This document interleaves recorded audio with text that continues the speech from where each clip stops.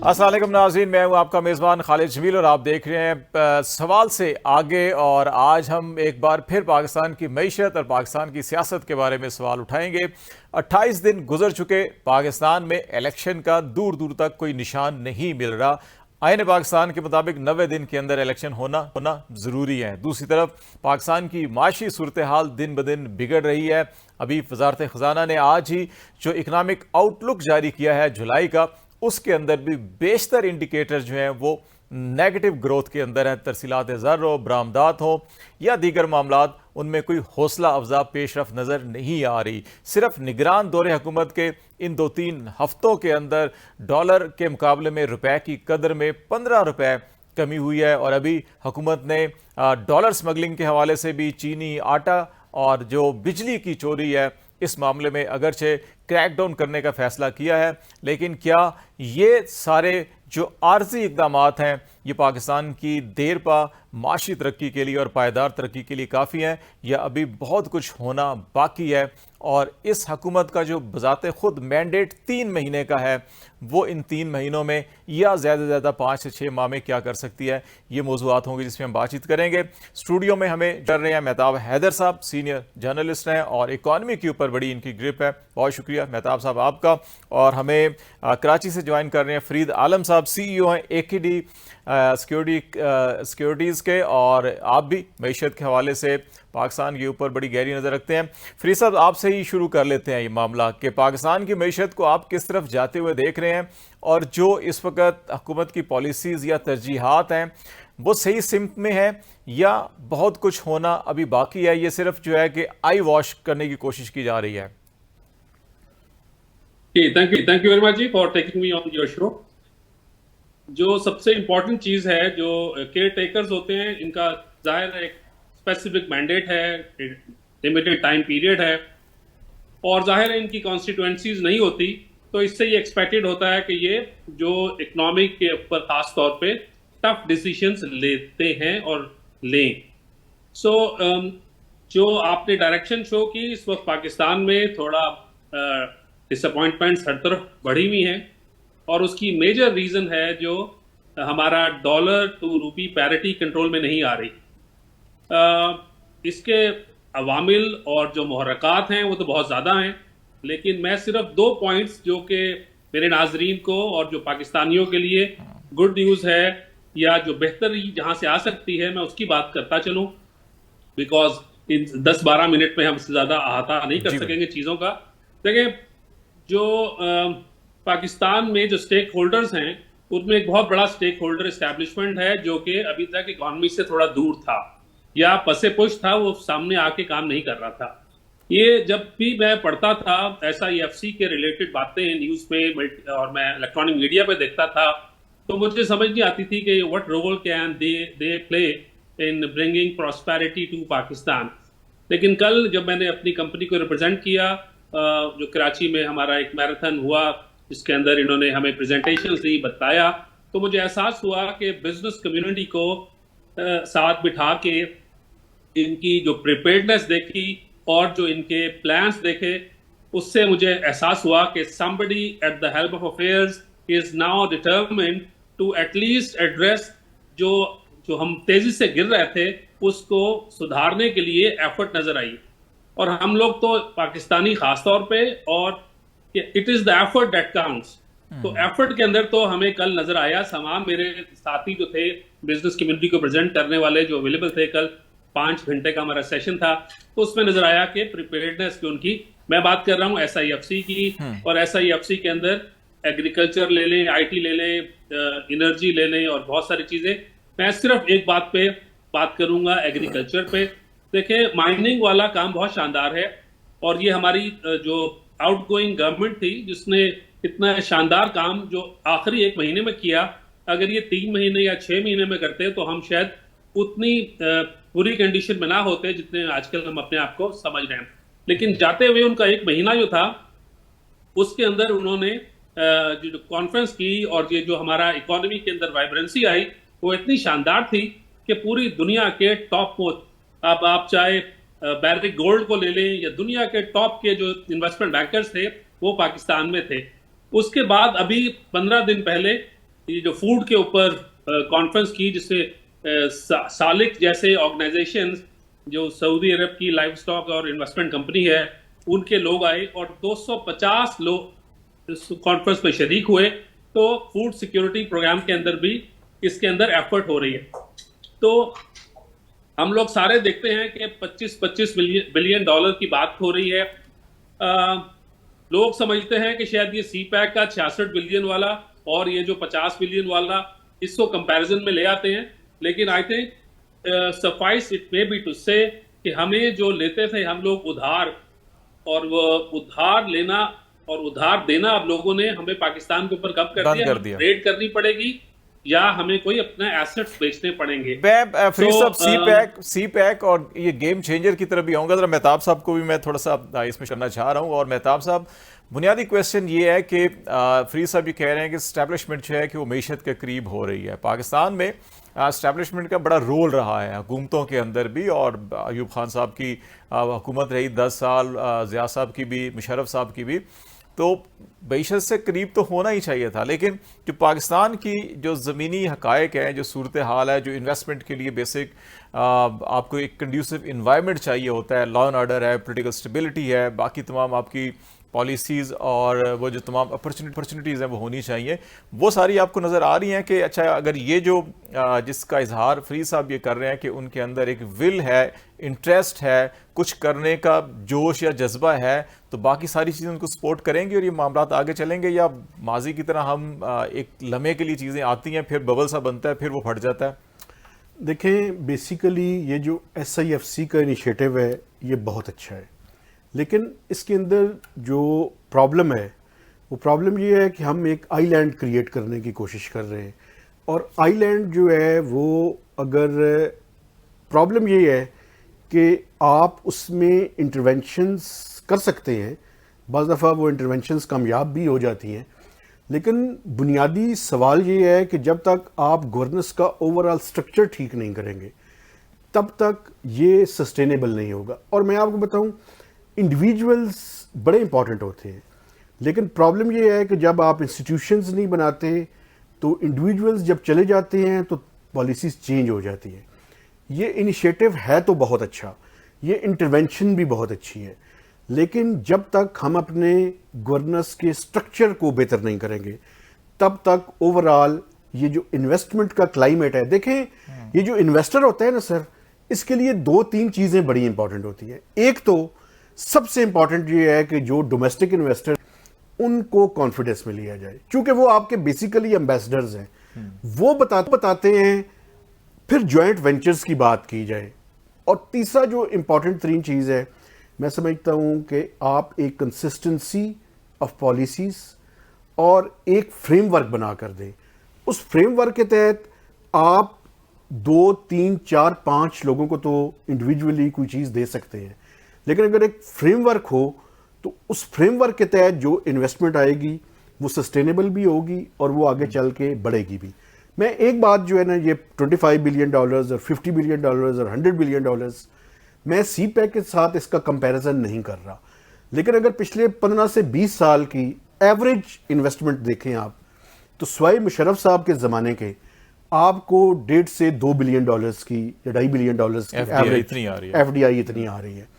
तो आपको अपनी कैपेसिटी जो एब्जॉर्ब करने की कैपेसिटी है उसको बढ़ाना पड़ेगा, गवर्नेंस स्ट्रक्चर को बेहतर करना पड़ेगा।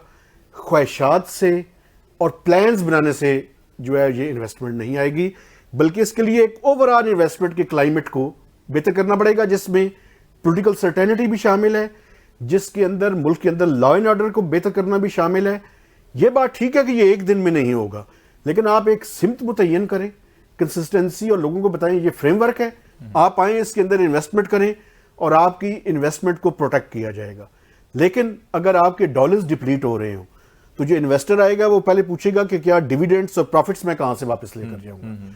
तो ये सारी चीजें एक पूरा कंप्रिहेंसिव पैकेज और फ्रेमवर्क बनाएं, उसके तहत इन्वेस्टमेंट लाएं, वो सस्टेनेबल होगी। फरीद साहब, एक बड़ा अहम नुकता यह है कि हम हमेशा पॉलिटिकल लीडरशिप भी सोचती है, अगला इलेक्शन सोचती है, अगली जनरेशन का नहीं सोचते हम अपनी पॉलिसीज बनाते हुए। सिर्फ ये देखा जाता है कि जो भी जिसके हाथ में इख्तियार हो कि उसकी ज़ात को क्या फ़ायदा हो रहा है या उसको कितना बड़ा हीरो बना के हम पेश कर सकते हैं, तो हमारी अक्सर चीज़ें उसके गिर्द घूमती हैं। मुझे याद पड़ता है अभी जैसे SIFC की बात की जा रही है, तो पिछले दौरे हुकूमत में NDC एक बनी थी, नेशनल डेवलपमेंट काउंसिल, और उसके बारे में भी ऐसे ही कहा जाता था।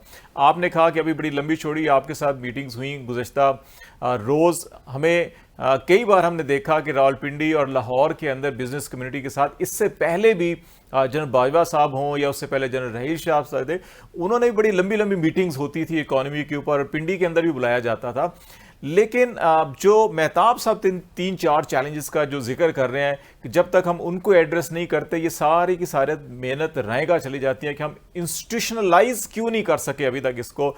हम सिर्फ इसको इंडिविजुअल्स के साथ जुड़ी हुई चीज़ें, इंस्टीट्यूशन बहुत वीक है हमारे। जी बिल्कुल सही फरमाया मेहताब साहब ने। आपने ये देखना है कि एक हमने बचपन से हमारे मेंटोर्स ने हमें बात बताई थी, जब आपने ये कहा ना कि हम सारे अपने सेल्फ सेंटर्ड हो जाते हैं, तो किसी ने कहा था कि greatness consists in trying to be great, there is no other way. तो हमें पाकिस्तानियों को छोटी छोटी ये जो एफर्ट्स हैं, इन्हीं को कंसोलिडेट करके आगे चलना है। अभी हमारे हालात थोड़े से नामसाइद हैं।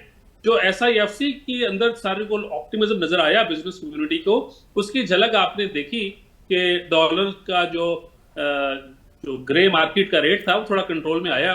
और आप ये देख रहे हैं कि पूरी कौम अगर इस वक्त डिस्पोंडेंसी का शिकार है और वो सारे अपनी सेविंग्स डॉलर में रखना चाह रहे हैं, तो इंटरबैंक का और ग्रे का रेट बढ़ता जा रहा था। मैं तो सिर्फ एक पॉइंट करूंगा ज्यादा, कि जो मैंने कल सीखा वहां बैठ के, of the many other things that I noted, हमसे अगर बिजनेस कम्युनिटी से SIFC के अंदर हम लोगों का एक माइंडसेट है कि हमने लैंड को ओन करना होता है। अभी जो चोलिस्तान के डेजर्ट में एफर्ट करके ये जो जमीनें दे रहे हैं, और बहुत से लोगों ने अपने आप को पेश किया है कि हम हमारा इतना एग्रीकल्चरल बैकग्राउंड है, फला फला फला, तो उसके अंदर अगर मैं प्रोड्यूस से स्टार्ट करूं, instead of owning a land, मैं प्रोड्यूस से स्टार्ट करके, और अपना जो हमारा बिजनेस कम्युनिटी है वो जो पाकिस्तान में अच्छी तरह से टेक्नोलॉजी को यूज करके,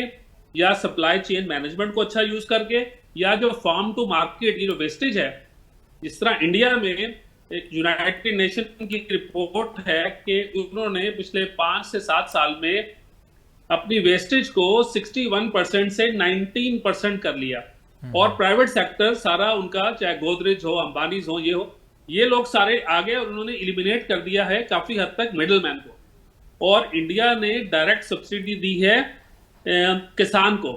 तो जब किसान को डायरेक्ट सब्सिडी दी जाएगी और मिडलमैन नहीं होगा, तो वहां से जो हमारे एसेंशियल फूड की आइटम्स और वो सबकी दस्तरस पे होगी, इन्फ्लेशन कम होगी, तो पाकिस्तान में थोड़ा सुकून आना शुरू हो जाएगा। ये हमारा सारा काम स्टार्ट होता है जब वीट हम इतनी महंगी खरीदते हैं और ऑनवर्ड चलता है। तो मेरा ये ख्याल है कि अगर हम लोग जो जहां बेस्ट काम कर सके, अगर वहां से स्टार्ट ले, और हम SIFC को बेस बना के एग्रीकल्चर में थोड़ा सा, क्योंकि एग्रीकल्चर लोकल्स ने करनी है। मेहताब साहब ने सही कहा अभी कि देखें, जो माइनिंग वाला काम है वो हमें आता नहीं है, वो गोरा है, और वो गोरा आएगा और वो लेके जाएगा, हमें भी बचेगा इंशाल्लाह, लेकिन वो ज्यादातर पैसा बाहर ले जाएगा। IT हमारे इंडिजिनस है, हमारी जो इंडस्ट्री है वो इंपोर्टेड चीज, पहले चीज इंपोर्ट करती है, उसको प्रोसेस करती है, फिर एक्सपोर्ट करती है। और वो टेक्सटाइल हो या बाकी चीजें भी हो, चाहे वो आपकी केमिकल इंडस्ट्री हो, ज्यादातर इंडस्ट्री पहले इंपोर्ट करती है, प्रोसेस करती है, फिर एक्सपोर्ट करती है। एक एग्रीकल्चर के अंदर और एक IT के अंदर हम लोग लोकल्स को ज्यादा यूज करके हमारा होम ग्रोन प्रॉस्पेरिटी जल्दी आ सकती है। हमें सिर्फ ये है कि जिम्मेदार को और किसान का जो फर्क है वो समझना पड़ेगा, और हमें किसान को एम्पावर करना पड़ेगा through direct subsidies instead of empowering the जिम्मेदार। तो जिम्मेदार तो एंसेस्ट्रल प्रॉपर्टी बाप दादा के जमाने से आ रही है और उनका अलग एक कंडक्ट है। वी हैव टू एम्पावर, अगर हमने आगे बढ़ना है तो एग्रीकल्चर के अंदर कि हमें अपने वेस्टेज कम करनी है, हमने अपना टेक्नोलॉजी को यूज करना है, और फार्म टू मार्केट के अंदर जो बिजनेस कम्युनिटी है वो अपना रोल प्ले करेगी। जो एम्पावरमेंट की बात, भलाई फ्री साहब, जो एम्पावरमेंट की बात है, बेताब साहब से मैं एक चीज पूछना चाहूंगा, बाद में आप भी इस पर जरूर कमेंट किए जाएगा। पाकिस्तान की मैशत के अंदर डिस्पैरिटीज भी बेशुमार हैं कि जो पहले ही ऑलरेडी एक एलीट क्लास है और एक वो क्लास है जिसकी हम बात कर रहे हैं। पाकिस्तान में जो मिडिल क्लास है, जो वर्किंग क्लास होती है, वो गालबन 2009 में कोई 42-43% थी, जो कम हो के अभी 35-36% पे आ गया। मिडिल क्लास कम हो के पॉवर्टी की तरफ जा रही है। हमारे जो वसाइल हैं, जो हमारी 20% हमारी हाईएस्ट क्लास है, उसके पास ऑलमोस्ट जो है कि वो 50% से ज़्यादा वसाइल उनके पास हैं, और जो लोएस्ट 20% है उसके पास जो है कि वो 5 to 7% आ जाते हैं रिसोर्सेज।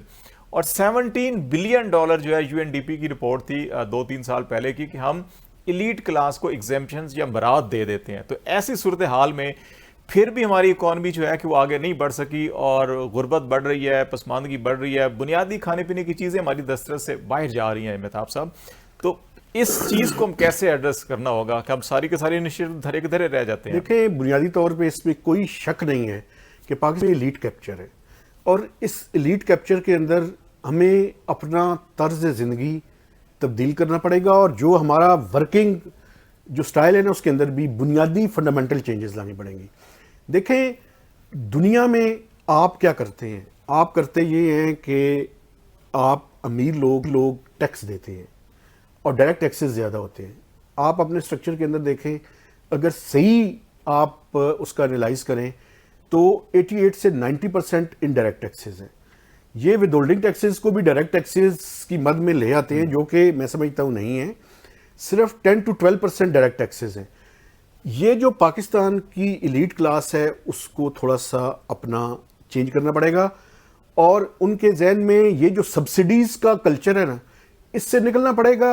देखें, इस मुल्क पे हम सबको रहम करना चाहिए, और वो रहम करना ये है कि आप कम्पिटिटिव इन्वायरमेंट के अंदर आएँ, आप हुक्मरानों को मालिश करके और पॉलिश करके ये चेरी ब्लॉसम है ना, इसको बंद करें और मेरिट पे बात करें।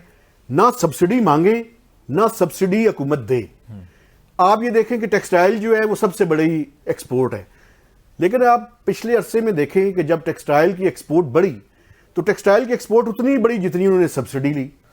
तो ये ख़त्म करें इस कल्चर को, जो है ना वो बिल्कुल बड़ी, मैं समझता हूँ अब टाइम आ गया है कि टैक्स अपना पूरा दें, सब्सिडीज ना दें। और मैं जो उसकी फ्रेमवर्क की बात कर रहा था, वो फ्रेमवर्क बेसिकली यही है कि रूल्स ऑफ द गेम तय करें कि भाईजान कॉम्पिटिटिव इन्वायरमेंट है, हम इनेबलिंग इन्वायरमेंट आपको देंगे, यूटिलिटीज़ देंगे, लॉ एंड ऑर्डर की सिचुएशन को इम्प्रूव करेंगे, पॉलिसीज़ इक्वल होंगी, फेयर होंगी, टैक्सेशन फेयर होगी। लेकिन ये नहीं होगा कि साडा बंदा, तुम्हारा बंदा, चाचा मामा। ये इस कल्चर से हमें जो है वो निकलना पड़ेगा, और तब ही पाकिस्तान की इकॉनमी जो है वो बेहतर हो सकती है। एक्सपोर्ट्स को बढ़ाना पड़ेगा, टैक्सेस के निज़ाम को ठीक करना पड़ेगा। ये बिजली का निज़ाम, ये मैं आपको बताऊं, ये जो बिजली का निज़ाम है, पाकिस्तान और ये बिजली का निज़ाम को एग्जिस्ट नहीं कर सकते।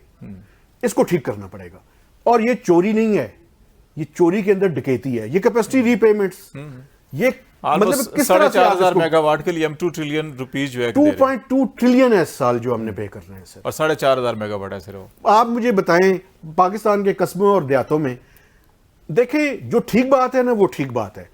दुनिया पूरी में जो कम रेट्स हैं बिजली के, वो इंडस्ट्रीज के लिए होते हैं। डोमेस्टिक के लिए आप रेट ज्यादा करते हैं, चाहे बिजली के हो चाहे गैस के हो, ताकि वो एफिशिएंटली उस बिजली को इस्तेमाल करें। यहां पे उलट है।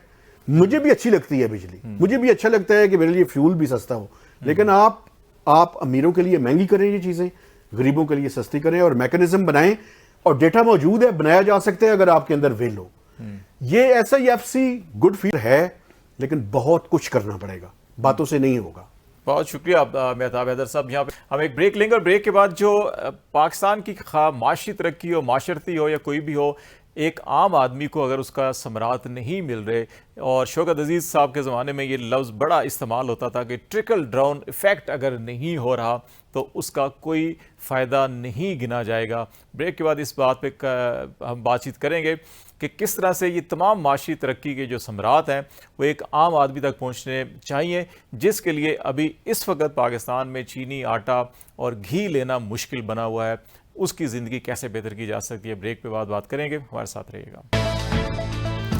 वेलकम बैक नाज़रीन। पाकिस्तान की माशी सूरत हाल पर हम बातचीत कर रहे हैं और पाकिस्तान में किस तरह से बेहतर माशी पॉलिसियाँ बनाकर पाकिस्तान को तरक्की दी जा सकती है और इसके आम साम्राज्य है एक आम आदमी तक पहुँचाए जा सकें। फ्रीज साहब, ब्रेक से पहले मेहताब साहब ने जिन चीज़ों की बात की और मैं भी उसी नुक्ते की तरफ आपको लाना चाह रहा हूँ कि हम चाहे जो मर्जी कर लें, हमने मुसलसल कई साल 2002 से 2008 तक अगर हम देखें तो हम ग्रोथ हमने मुसलसल किया था, लेकिन अगर एक आम आदमी की ज़िंदगी नहीं बदलती, उसको समरात नहीं मिलते, मिडिल क्लास जो है कि वो पॉवर्टी लाइन की तरफ जा रही है और पॉवर्टी बढ़ रही है, तो वो आम आदमी ये समझता है कि उसको इसका कोई फ़ायदा नहीं है, मुल्क को पता नहीं फ़ायदा है या नहीं है। तो इस चीज़ को कैसे इंश्योर किया जा सकता है कि ये जो डिस्पैरिटीज़ हैं कि मराद सारी किसी एक ख़ास तबके के लिए हैं, मुश्किलात सारी की सारी अवाम के लिए, इनको कैसे ख़त्म किया जा सकता है? देखिए, मेहताब भाई ने बड़ा पर्टिनेंट सवाल किया। एलीट कल्चर पूरी दुनिया में है, पाकिस्तान में कोई उसकी प्रोनाउंस ज़्यादा नहीं है। एलीट कल्चर, मैं आपको एग्जांपल दूंगा, एक लाइव एग्जांपल, बहुत छोटी सी एग्जांपल है लेकिन ये एक्सप्लेन करेगी कि अब देखें, सैटरडे को हम लोग ऑफिस में बैठे, एक मेरा पीएन आया कि मुझसे आप सर मेरे से इतना बिल नहीं दिया जा रहा कि इलेक्ट्रिक का 7,000 का, इतनी मेरी तनख्वाह नहीं है, फलानी। तो मैंने उससे कहा कि ठीक है, आप ऐसा करो कि आपसे अगर बिल नहीं दिया रहा, वो समझ में आती है मुझे बात, लेकिन आप ये जो लट्ठे के कपड़े पहन के इस्त्री करके आए हो सैटरडे वाले दिन, इसकी क्या वजह है? तो आप थोड़ा अपना ख्याल करो कि आपका रहन सहन आपके मुताबिक होना चाहिए। तो उसने कहा सर वो तो हम आपकी वजह से ज्यादा तैयार होके आते हैं। तो मैंने कहा मुझे नहीं चाहिए, और एटलीस्ट सैटरडे को तो बिल्कुल नहीं चाहिए। सैटरडे को तो जीन्स और टी शर्ट पहन के आया कर मेरे पास, और मेरे से ये जो है ना, फिर अगर तू ये 2 दफा करके दिखाएगा मुझे तो फिर मैं तुझे हेल्प करूंगा तेरा बिल पे करने। So it is not only the elite, हमारे यहाँ तो जो हमारे पीएम हैं, जो हम लोग, मैं फिर लाइव एग्जांपल दूंगा कि हम जो एयरफोन्स, हम ये जो एयरपैड्स इस्तेमाल करते हैं, वो भी लगाना चाहते हैं कि पाकिस्तानियों को और हर एक को, और खासतौर पे नौजवान तबके को, हर वो मराद चाहिए दुनिया में, हर वो इन्वेंशन चाहिए जो दुनिया में आ गई है।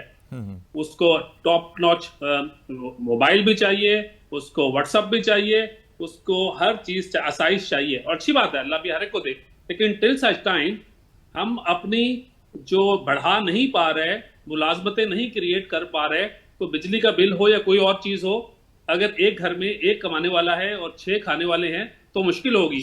अगर एक घर में 2 या 3 कमाने वाले हो जाएं तो जिंदगी आसान हो सकती है। वो कैसे होगा, वो मेरा, मेहताब साहब का, आपका, सबका काम है कि हम यहाँ थोड़े एम्प्लॉयमेंट जनरेट करें।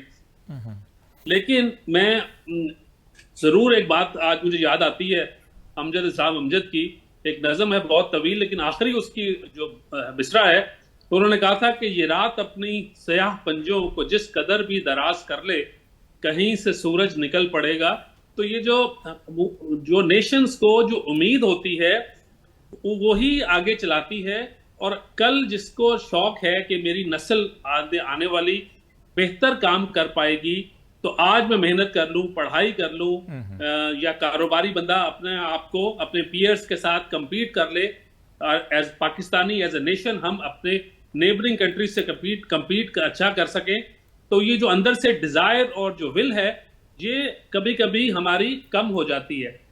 तो मेरे ख्याल में ये SIFC टाइप जो इनिशिएटिव्स हैं, एट बिल्कुल टॉप लेवल से साथ खड़े होना उनका हमारे साथ, और हमारे साथ हमें भी बिजनेस अपॉर्चुनिटीज और प्रोवाइड करना, और ये कहना कि पॉलिसी में चेंज नहीं आएगी।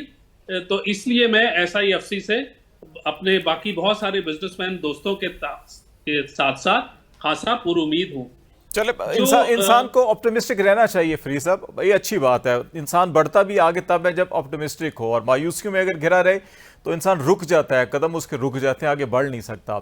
2 चीज़ें जिन पे मैं आपसे ज़रूर कमेंट्स लेना चाहूँगा। एक जो होता है कि कहीं भी, चाहे वो आप हो या मैं भी हूँ, किसी ऐसे माशरे में या किसी ऐसी जगह नहीं जाना पसंद करूँगा कि जहाँ पे मेरी दाद रसी ना हो सके। अगर मेरे साथ कोई जुल्म हो, ज़्यादती हो, या कहीं नाइंसाफ़ी हो रही हो, और फिर मुझे कोई ऐसा दरवाज़ा भी नज़र ना आ रहा हो कि जहाँ से मुझे कोई दाद रसी हो सके। इस वक्त जो लॉ एंड ऑर्डर की सिचुएशन या इवन जो हम जिसको कहते हैं कानून की हुक्मरानी, रूल ऑफ द लॉ जो है, वो भी कोई अच्छे इंडिकेशंस नहीं जा रहे दुनिया भर के अंदर। आप एक एक केस के अंदर एक एक बंदा जो है वो 10-10 दफ़ा अदालतों के हाथों में से भी अदालतें फैसले करती हैं, कोई मानने वाला नहीं होता। ये जो गेस्चर्स हैं, ये जो चीज़ें प्रैक्टिकली स्टेप्स हैं, इसमें अब मीडिया ना भी आंखें बंद भी कर ले तो खबरें चली जाती हैं ऐसी दुनिया को। इनको ठीक किए बगैर कैसे हम ये कह सकते हैं कि जब पाकिस्तानी इन्वेस्टर बाहर जा रहा है तो बाहर से कैसे लोग इधर आएंगे? देखिए, ये जरूर है कि ओवर द पीरियड ये हमेशा से हमारे पाकिस्तानी में लॉ एंड ऑर्डर की सिचुएशन का थोड़ा फुकदान रहता है, लेकिन पिछले अरसे में ये थोड़ा सा परसेप्शन भी और रियलिटी भी ये है कि लोगों के साथ थोड़ी सी आम आवाम के साथ थोड़ी हाई हैंडेडनेस हो रही है। इसका भी अदराक होना चाहिए, और जितना होना चाहिए उतना शायद नहीं हो पा रहा। बट आई थिंक सबसे पहले जो पाकिस्तान वाला जो कॉन्सेप्ट है वो अगर हम लोग दोबारा याद करें, एक सबक जो हमें पढ़ा के गए थे एक साहब, तो शायद हमारी जिंदगी आसान हो। बिकॉज हम लोग ना पॉलिटिकल डिवाइड में आके पाकिस्तान को बुरा भला कहने लगे हैं और समझने लगे हैं, और जो जितना नेगेटिव बोलता है तो ये अहदे जहालियत वाली बातें हमें ज्यादा नजर आती हैं अपने ग्रुप में, अपने अदराफ में, कि जो पाकिस्तान के खिलाफ ज्यादा नेगेटिव बोलता है उसको हर महफिल में ज्यादा अच्छा मुकाम मिलता है, और जो बेचारा कोई हल्की फुल्की एफर्ट करता है, अवल तो बहुत ज्यादा कुछ होता नहीं है बोलने को उसको, लेकिन उसको सब ऐसे पड़ जाते हैं कि जैसे वो कोई एलियंस हो और वो पाकिस्तान में नहीं हो, पाकिस्तान से बाहर हो। और सबसे बड़ा मसला भी हो गया है कि मेरे बहन भाई रिश्तेदार कजन्स जो पाकिस्तान से बाहर चले गए, उनको जब ये लगता है कि पाकिस्तान में कोई अच्छी न्यूज आए, वो उसके ऊपर उन्होंने कमेंट नहीं करना होता, उन्होंने सिर्फ पाकिस्तान की क्रिटिसाइज करना कमेंट करना होता है, क्योंकि वो हमें छोड़ के गए हैं, वो दूर रह रहे हैं। अगर पाकिस्तान तरक्की करेगा तो शायद उनका वो फैसला हमें छोड़ के जाने वाला उनको डिस्टर्ब करे, हॉन्ट करे। फ्री साहब, आखिरी एक सवाल आपसे पूछना चाहूंगा मैं। सैलाब के दौर पे इन लोगों ने, हमारे दोस्तों ने, हमारे रिश्तेदारों ने, पाकिस्तानियों ने हेल्प नहीं की पाकिस्तान की, कि नहीं हम जो पैसा भेजते हैं वो जाया हो जाता है। मैंने उन सबको कहा कि चलो मानते हैं जाया हो जाता है, तो आप अपनों में से किसी को इंटरेस्ट करो इस काम पे कि वो पैसा आगे सही हकदार तक पहुंचाए। ये this should not be the answer, not to send the money at all. लेकिन हमने देखा कि पिछले 1.5 साल 2 साल में ये डिवाइड आ रही है, इस वक्त वो बढ़ती जा रही है, इसको कम होना चाहिए। एक चीज और फ्री साहब आपसे पूछना चाहूंगा कि आखिरी 2-3 मिनट है ताकि इसके हम कंक्लूजन की तरफ चले जाएं। हमारे यहाँ अक्सर जो है कि रिएक्टिव पॉलिसीज होती हैं गवर्नमेंट की, प्रोएक्टिव हमें कम नजर आते हैं। अभी मैं देख रहा था अखबारात 60-70s के दौर के, उसमें भी कहा जा रहा था जी कि हम 1 महीने के अंदर अंदर चीनी का बहरान हल कर देंगे, आटे का बहरान हल कर देंगे, लेकिन वो हर आए दिन के बाद जो है कि वो संगीन होता जा रहा है। अभी फिर एक क्रैकडाउन शुरू करने की कोशिश की जा रही है। इन इश्यूज को समझने के लिए, निपटने के लिए आपके ख्याल में कौन से ऐसे स्टेप्स, इंस्टीट्यूशनल स्टेप्स, अगेन वो मेहताब हैदर वाली बात मैं करूंगा कि ये नहीं कि अच्छा बयानबाजी की, अच्छा डंडा उठा लें जी, ये कर दें वो कर दें, इंस्टीट्यूशनलाइज स्टेप्स कौन से ऐसे होने चाहिए कि ताकि ये एक मुसलसल जो सर्द दर्द बना हुआ है इसको मसले को हल किया जा सके, ये जो स्मगलिंग और ये सारी चीजें। सबसे पहले तो आ जाएं आप डॉलर के ऊपर, कि पाकिस्तान में बहुत सारी बीमारियों की जड़ जो है ये एक्सचेंज रेट में PKR वर्सेस डॉलर के अंदर जो पिटाई हुई है रुपए की, उसने सारी चीजों को हिला के रख दिया। और हमें तो बहुत दफा ऐसा लगा कि जो इंटर बैंक का रेट है वो फॉलो कर रहा है ब्लैक के रेट को। अच्छा, अभी सिर्फ जो स्टेप्स 2 लिए गए उससे आपने नोट किया कि जो हमारा ब्लैक मार्केट का रेट है वो 18 रुपए गिर गया 2 दिनों में। हाँ, इंटर बैंक अभी नहीं गिरा, ऊपर गया, वो भी गिरना शुरू हो जाए। एक दिन 1.5 रुपए ऊपर गया, एक दिन 12 पैसे नीचे आया। हाँ, इंटर बैंक अभी थोड़ा स्टिकी है, लेकिन वो उसकी एक वजह यह है कि इंटरनेशनल ऑयल प्राइसेस थोड़ी सी तंग कर रही हैं। पाकिस्तान जैसे इंपोर्टेड, हम अगर 15 से 17 बिलियन डॉलर की इंपोर्ट करते हैं ईंधन को, तो जाहिर है हमारे इंपोर्टेड इन्फ्लेशन है जो पूरे सिस्टम में घुस जाती है, और वो जहां जहां जाती है वहां अपना असर प्ले करती है। लेकिन आप, अच्छा, इसी पॉइंट पे एक अच्छी पॉइंट आप ये देखें कि पाकिस्तान में जो कंज्यूमर को चार्ज हो रहा है उसकी बात नहीं मैं कर रहा, उसमें तो हमें बहुत बड़ा एक किलर है, जो कैपेसिटी पेमेंट्स हमें 16 रुपए पर किलोवाट आवर देना पड़ रही है। लेकिन आप ये नोट करें, जो अच्छी बात है कि पाकिस्तान में जनरेशन की कॉस्ट 8 रुपए 90 पैसे हो गई है। पिछले साल ये 12 रुपए थी, और ये उससे पिछले साल या पीक आउट की थी वो 14 रुपए पर किलोवाट आवर से भी ज्यादा थी। तो हमारा जो थर का कोयले के ऊपर जो बिजली बनना शुरू हुई है 2200-2400 मेगावाट, उसने और न्यूक्लियर पावर की मिक्स ने हमारी कॉस्ट ऑफ जनरेशन को बेहतर किया है। तो ये अच्छी खबर है, सबको खुश होना चाहिए इस पे। इसके साथ जो नेगेटिव वाली वो मैंने आपको पहले बता दी कि वो कैपेसिटी पेमेंट है, उसका अगर कोई एडमिनिस्ट्रेटिव इशू हो जाए तो पाकिस्तान के अंदर ये जो बिजली का बहरान है वो काफी ये हाल हो सकता है। बहुत शुक्रिया फरीद आलम साहब, हमारे साथ बातचीत कर रहे थे एकेडिक सिक्योरिटीज से। आपका तल्लक है CEO है और पाकिस्तान की माशी मंजरनामे के हवाले से। अभी हम ब्रेक लेंगे, ब्रेक के बाद वापस आएंगे तो पाकिस्तान में इस वक्त केयर टेकर सेटअप है, उसकी बुनियादी जिम्मेदारियां क्या हैं और केयर टेकर को इस वक्त पाकिस्तान को आगे कहाँ लेके जाना चाहिए, इस पर बातचीत करेंगे। ब्रेक के बाद हमारे साथ रहिएगा। वेलकम बैक नाज़रीन। प्रोग्राम के आखिरी हिस्से में बातचीत करेंगे पाकिस्तान में निगरान हुकूमत का जो बुनियादी मैंडेट होता है वो इलेक्शन करवाना होता है, और जब निगरान हुकूमतें आती हैं तो सबसे पहले इलेक्शन की डेट सामने आती है। लेकिन ये पहली बार हुआ है कि 28 रोज़ गुजर चुके हैं लेकिन ये नहीं पता चल रहा कि इलेक्शन कब होने हैं और क्या होने जा रहा है, क्या मंसूबे पेश किए जा रहे हैं। वो ऐसे मंसूबे हैं जिनके लिए 3 साल नहीं 3 दहाइयों तक एक पायदार सस्टेनेबल आपको पॉलिसी का तसलसल चाहिए होता है, उसकी प्लानिंग की जा रही है। इस वक्त हमारे साथ ज्वाइन करेंगे lieutenant general retired Khalid Lodhi साहब, जो खुद भी 2018 की जब केयर टेकर सेटअप आया था तो उसमें नेशनल सिक्योरिटी एडवाइज़र भी और दिफाई पैदावार की वजारत भी उनके पास थी, सेक्रेटरी डिफेंस रहे हैं पाकिस्तान के। बहुत शुक्रिया जनरल साहब।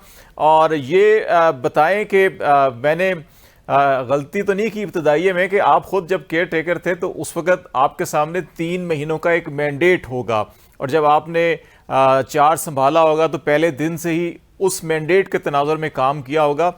आज के और उसमें जो मैंडेट के अंदर फ़र्क तो नहीं है लेकिन तर्ज अमल में काफ़ी फ़र्क नज़र आ रहा है। तो आप समझते हैं कि वो जो कॉन्स्टिट्यूशनल टाइम फ्रेम वर्क है उसके अंदर ये केयर टेकर सेटअप अपना काम कर लेंगे, या समझते हैं कि कुछ चीज़ें उलझी हुई अभी भी दिखाई दे रही हैं?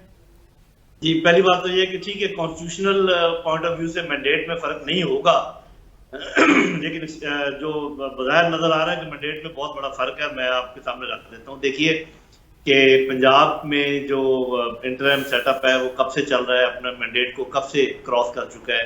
KPK में वो अपने मैंडेट को क्रॉस कर चुका है, और अब मसला ये है कि ये जो 90 दिन और 120 दिन है, इसमें तनाज़ा खड़ा हो गया मुख्तलिफ पोलिटिकल पार्टीज के दरमियान। फिर आपको ये भी पता है कि जो इंटरिम हुकूमत है इसकी पावर्स को भी बढ़ा दिया गया है। तो हमारे ज़माने में तो हमारी सारी तो जो मरकूज थी इंतखाबात करवाने पर, उसको सिक्योरिटी देने पर, और 2 चीज़ें और थी जो उस वक्त इस लेवल पर नहीं थी। एक तो जो सियासी कड़वाहट थी वो इस लेवल तक नहीं थी जितनी गहरी इस वक्त सियासी कड़वाहट है, और जितनी इंस्टेबिलिटी का इम्कान है इलेक्शन के बावजूद, जो कुछ लोग समझते हैं। हालांकि मैं ये समझता हूँ कि इलेक्शन ही हर चीज़ का हल है, अवाम जैसे चाहें उसको लेकर आए। बहरहाल ये कुछ लोग ये सोचते हैं कि जी इन हालात में इलेक्शन करवा भी दिए गए तो इंस्टेबिलिटी ख़त्म नहीं होगी। दूसरा ये कि जो हमारी इकॉनमी की हालत है उसमें भी कुछ लोगों का ख्याल है कि ये हम मुतम्मल नहीं हो सकते कि जी कोई ऐसा मैंडेट आ जाए अवाम की तरफ से जो लटकता हुआ और कोई क्लियर कट ना हो। अब ये तो अवाम की मर्जी है। मेरे अपने ख्याल में तो इस सारे मसले का हल है ही इलेक्शन, लेकिन जो मुझे लग रहा है मैं उसका आपके सामने एक तजिया पेश कर सकता हूँ, और इसको मैं ये नहीं कहता कि ये मेरी चाहत है। मेरी चाहत तो ये है कि साफ शफाफ इलेक्शन किसी को माइनस किए बगैर हो। लेकिन ठीक है, अगर किसी ने कोई ऐसा काम किया है जो कि काबिल सजा है, अगर उसको अलग कर भी दिया जाए तब भी पार्टीज जो हैं वो सब की सब मौजूद हो, उनको बराबर के मौके दिए जाए इलेक्शन में हिस्सा लेने के। इसके क्राइम तो नजर नहीं आ रहे, मुझे ऐसे लगता है, और ये मैं अपना तजिया पेश कर रहा हूँ। जनरल साहब, आपसे आखिरी हमारी जो गुफ्तगू हुई थी जब केयर टेकर सेटअप आ रहा था तो आप बड़े पुरुमीद थे। और आपके जो चेहरे के तासुरात थे, जो फेस रीडिंग हम कर रहे थे वो बड़ी डिफरेंट थी, और आप ये तवक्को कर रहे थे कि वो जो घुटन ज़दा या कड़वाहट जिसको अभी आप कह रहे हैं कि ये ख़त्म होगी। लेकिन अभी पिछले ये 3 हफ्ते अगर हम देखें 15 अगस्त से लेके अब तक जो है कि उसमें कोई कमी नज़र आ नहीं रही, वो बदस्तूर वैसे ही मौजूद है और तसलसल के साथ जो है कि अदालती फ़ैसलों की हुक्म अदूली भी उसी तरह से हो रही है। तो अब और उस तरफ आपकी जो राय थी उसमें अभी भी आप कायम है उम्मीद के साथ? आ गया है, राय में फर्क आ गया है। मेरा ये जोन था, मेरी ये खुशफहमी थी कि जो इंटरन सेटअप आएगा, यहाँ तक तो मैंने देखा कि इंटरन सेटअप इस किस्म का आया कि वो किसी एक साइड की तरफ लुढ़कता हुआ मुझे शुरू में नजर नहीं आता था, अभी भी नहीं है। लेकिन ये जो आप बात कर रहे हैं कि कड़वाहट दूर करने के इकदाम, वो मेरे ख्याल में नहीं किए गए, बल्कि उसी तरीके से उसी नहज में चीजें जारी हैं। तो इससे तो कोई पॉलिटिकल स्टेबिलिटी का कोई इम्कान नहीं है। जिससे ये क्रॉलरी निकलती है, जिससे ये अंदाजा बनता है कि फिर इलेक्शन ज्यादा से ज्यादा डिले किए जाएंगे। और ये जो मंसूबे हैं इसमें हम भी दुआ करते हैं कि कामयाबी हो, इसलिए कि जो पाकिस्तान की इकॉनमी है वो इस कदर नाजुक हालत में है कि उसका दुरुस्त होना बिल्कुल जरूरी है। लेकिन बहुत सारे लोगों की ये राय है कि आप जब तक पॉलिटिकल स्टेबिलिटी नहीं लेकर आएंगे मुल्क में, आपके शायद इकोनॉमिक काविशें कामयाब ना हो सकें। लेकिन 1-2 दिन में हमने जो देखा कि जो क्रैकडाउन हुआ है स्मगलिंग के ऊपर, और जो क्रैकडाउन हुआ है जो कुछ लोग जो ज्यादा पैसे शैसे जमा किए हुए थे, तो उसके तो असरात नजर आए हैं। आपने देखा होगा चीनी सस्ती हुई है, आपने देखा होगा डॉलर नीचे की तरफ जा रहा है। तो अगर ये अल्लाह करे कामयाब हो जाए, क्योंकि ये तो पाकिस्तान के हक में है और हमारी दुआ है कि ये कामयाब हो। लेकिन जनरल साहब, जितनी तेजी के साथ चीजें ऊपर गई थी उतनी तेजी के साथ नीचे नहीं आई, नंबर 1। नंबर 2 जो है कि माशी इस्तेहकाम हमेशा मेरी ये राय है, मुमकिन है आप इससे इख्तलाफ करें, कि उस माशरे में आता है जहां पर नंबर 1 इस्तेहकाम हो मजमूई तौर के ऊपर माहौल के अंदर, चाहे वो हम समाजी एतबार से देखें, माशरती एतबार से देखें और सियासी एतबार से भी देखें। लेकिन जो कड़वाहट है वो बरकरार है, वो बढ़ रही है, नंबर 1। और नंबर 2 जो कानून की हुक्मरानी है वो भी हमें नज़र नहीं आ रही, और रियासत के अपने इदारे जो कानून नाफिज करने वाले इदारे हुए हैं वो आला अदालतों की हुक्म अदूली कर रहे हैं। इन 2 हालात में तो लोकल इन्वेस्टर भी यहाँ पे पैसा लगाने के लिए तैयार नहीं है, तो हम कैसे ये तवक्को कर रहे हैं कि बाहर से लोग आ जाएंगे? जी देखें, बस इसका ये तो जो आपने बात कही है ये तो बिल्कुल अगले 2 महीने में सामने आ जाएगी ना। मतलब ये कि जिस किस्म का हम उम्मीद लगाए बैठे हैं कि वो, और हमारी, मैं तो बार बार कह रहा हूँ कि दुआ तो हमारी यही है कि पाकिस्तान जो है ना वो चल पड़े इकोनॉमिक रिवाइवल की तरफ। लेकिन जो आप बातें कर रहे हैं उनमें दम है, ये बुनियादी बातें हैं जिसका। और फिर ये कि जो इकोनॉमी को सुधारा जो है ना सिर्फ सख्ती और डंडे से नहीं सुधारा जा सकता, उसकी जरूरत तो है, इसमें कोई शक शुबा नहीं है।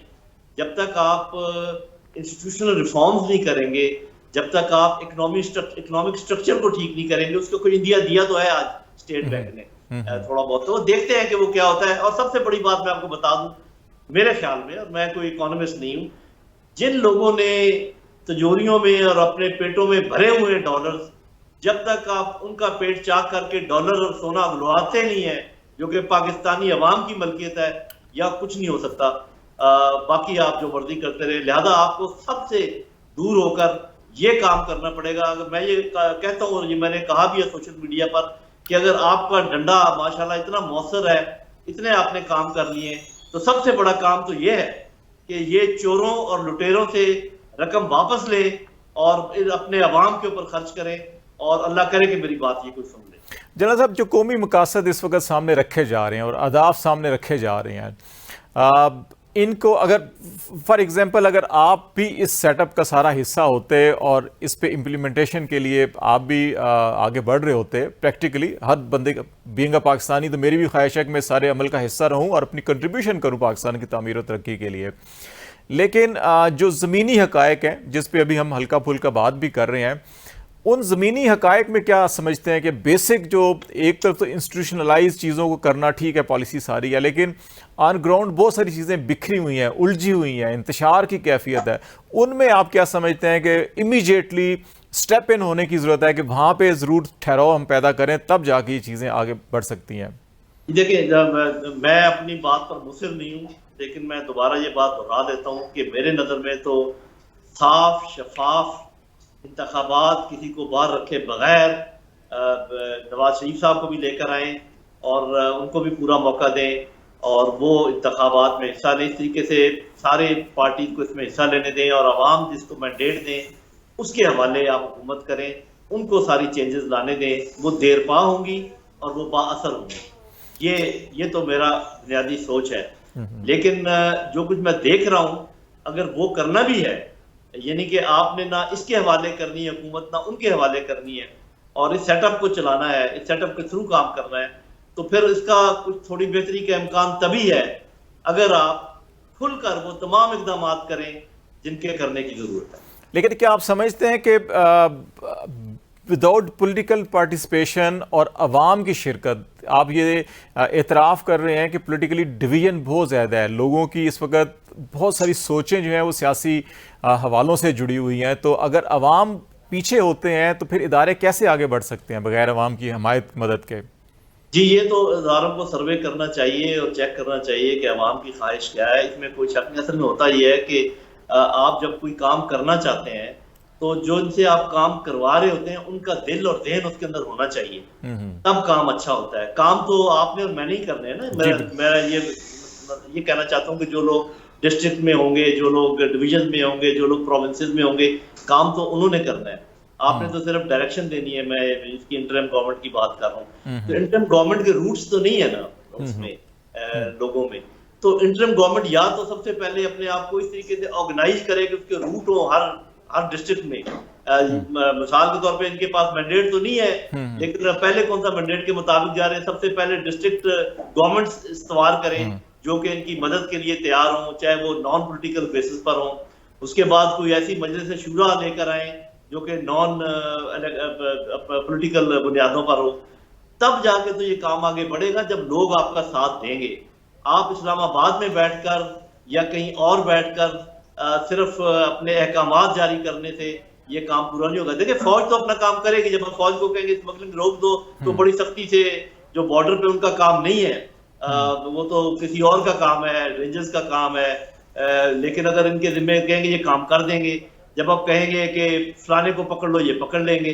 लेकिन ये कोई पूरा सिस्टम तो नहीं है ना।